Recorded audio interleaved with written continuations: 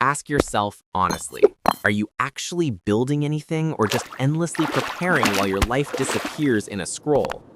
You consume advice, tweak your plans, wake up earlier, but something is still off. We live in scroll culture, not just on our phones, but in our goals.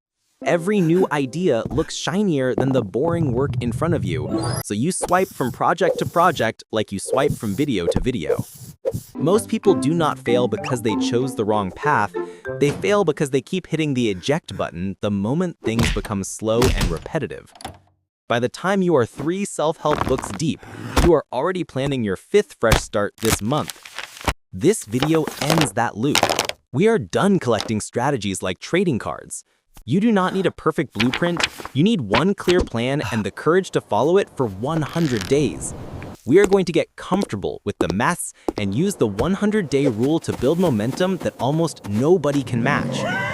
You do not need a flawless master plan to win, but in scroll culture, most people behave like they do. They fall into what I call perfect plan paralysis.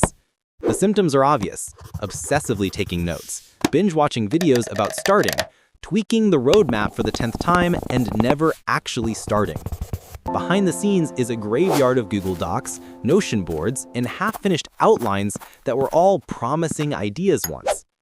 Here's the brutal math. A C+ plan executed with A+ consistency will destroy an A+ plan that keeps getting rewritten every 2 weeks. Your problem is not that your strategy is weak.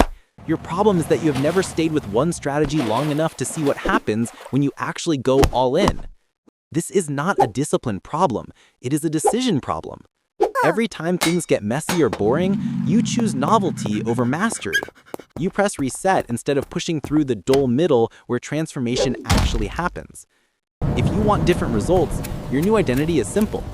You are the kind of person who keeps going long after it stops being exciting.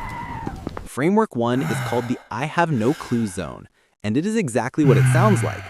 The real price of admission for any serious level of growth is the phase where you feel lost, underqualified, and mildly embarrassed every time you try.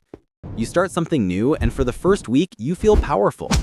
By week 2, your ego starts panicking. It whispers, "This is stupid. Maybe I'm not cut out for this.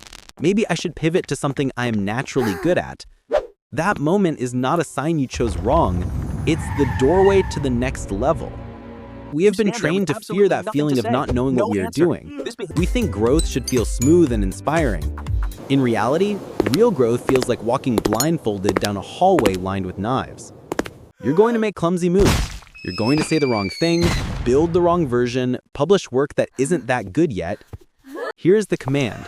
Stop trying to be impressive during the phase where your only job is to be bad on purpose. Your mission is not to look competent. It is to stay in the room. You will embarrass yourself. You will send awkward emails, make awkward content, and produce awkward reps. But if you accept that, you immediately outlast most people, because 99% of beginners quit during the awkward phase.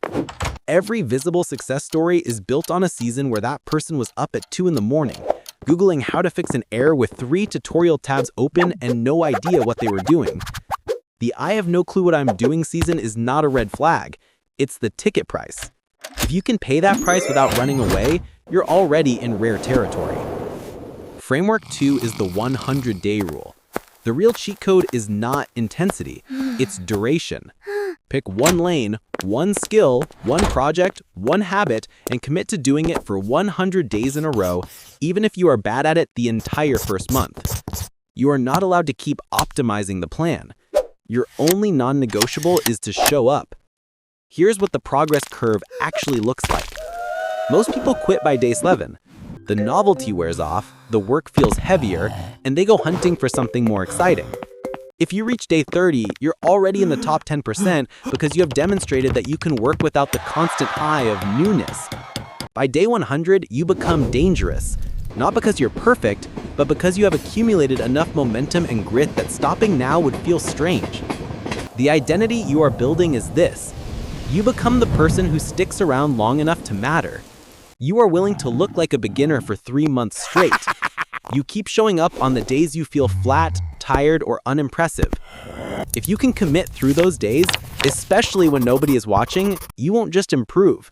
you will become almost impossible to compete with, because most people are still stuck resetting their 90-day plan every 9 days. The final protocol is activating inner gravity, the force that pulls you back toward the work even when motivation dies. Talent will open the door for you, but obsession is what rips the door off the hinges and rebuilds the room. The fastest growth happens when what you are doing is no longer just an activity, it becomes part of who you are. There is one identity question you have to answer honestly. When nobody is paying you, grading you, or watching you, what do you choose to do? If your free time is completely disconnected from the life you say you want, that's a red flag. You can't claim you want to be a writer if you never write when it's inconvenient. You can't claim you want to build a business if all your work happens only when you feel inspired. All the small, boring habits, reading a few pages, drinking water, cleaning your space, moving your body, are just training wheels for one ultimate habit, keeping promises to yourself. Every kept promise is a tiny reinforcement of inner gravity. Bit by bit, your brain starts to see you as someone it can trust. Once that happens, you don't argue with yourself as much. You don't need constant hype. You feel pulled toward the work because showing up has become part of your identity. Progress rarely looks dramatic from the inside.